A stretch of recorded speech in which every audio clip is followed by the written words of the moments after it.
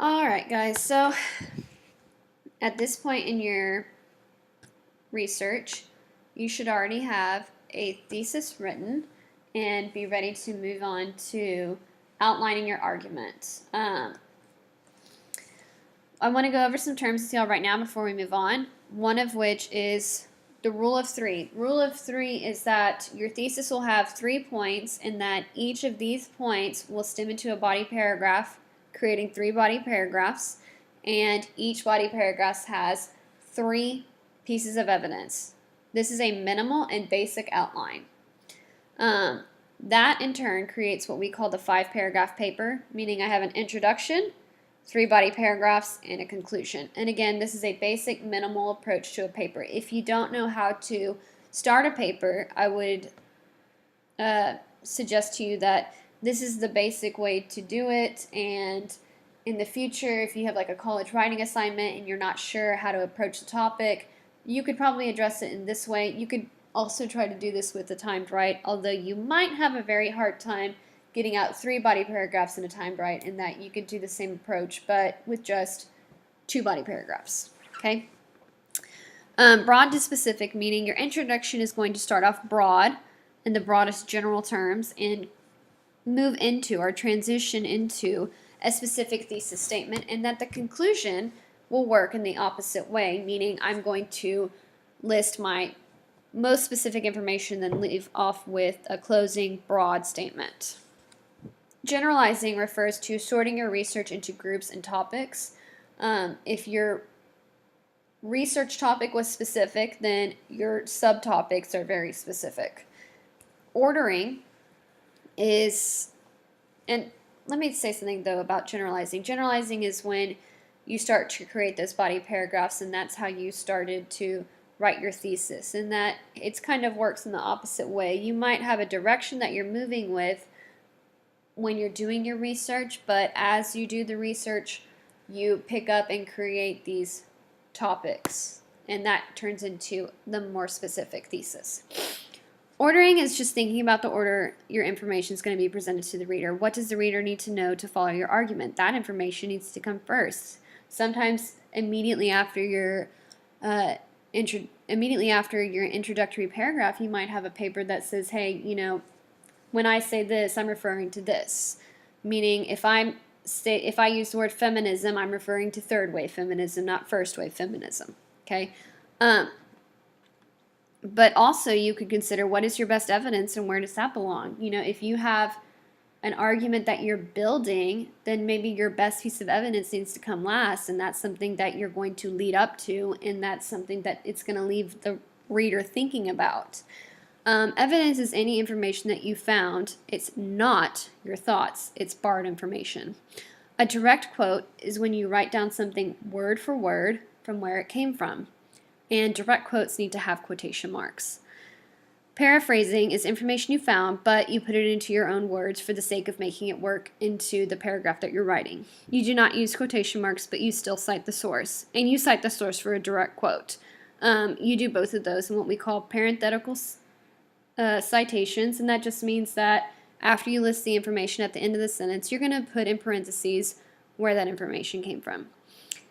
Counter arguments is anticipating, addressing, and dismissing possible arguments that dissuade your reader. Counter arguments might appropriately fit in your paper immediately after the introduction. You can say, before I get into my argument, I'd like to say that I'm aware of XYZ. However, they are not true, and here's some good evidence to back it up. Now that I've dismissed what other people are saying, I can go ahead and get into the meat of my argument. All right. So let's look at a basic outline. So the requirements for this assignment, you're going to have to give the MLA header, your name, teacher's name, course title and section number, which in this case is going to be your class period, and the due date. And after that, you're going to just put the title of your paper. You can use this bulleting system right here. Oops. Okay. You're going to need to do Times New Roman, size 12 font, and make sure that your line spacing is set to double with no spacing before or after paragraphs. You're going to start off with that skeletal 5-body paragraph that we talked about using the rule of 3. So your introduction, you're going to address the hook and the thesis. Your introduction will have more sentences later because you're going to need to bridge these two ideas together. But this is the first sentence that you're going to talk about, and this is the last sentence in that introduction that you're going to talk about. Your body paragraph number 1, you're going to give me the topic sentence, and a topic sentence tells me what is this paragraph about, and it's that simple. You're going to list the evidence that is relative to that topic, and in parentheses, you're going to tell me the source for each one. You're going to do that for 3 paragraphs, and then you're going to give a conclusion where you restate your thesis first. That's the first sentence of your conclusion, and then your last sentence is either going to be a call to action, meaning you're asking your reader to take specific action, or you're going to give them a so what, why does it matter sentence where you're relating this information and its relevance to the reader. Okay.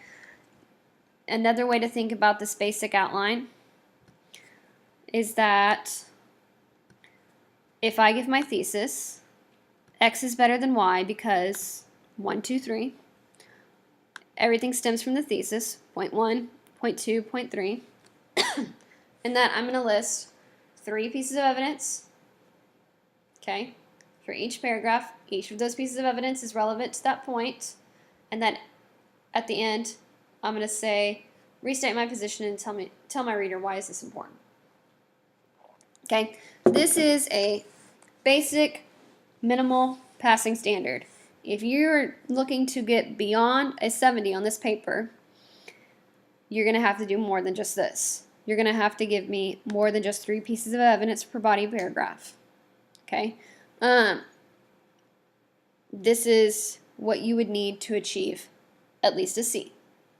Okay, I'm going to make another video that you can see an actual example of an outline with actual evidence on an actual topic. So if you have questions, let me know, but this is the basics to outlining your topic. Okay?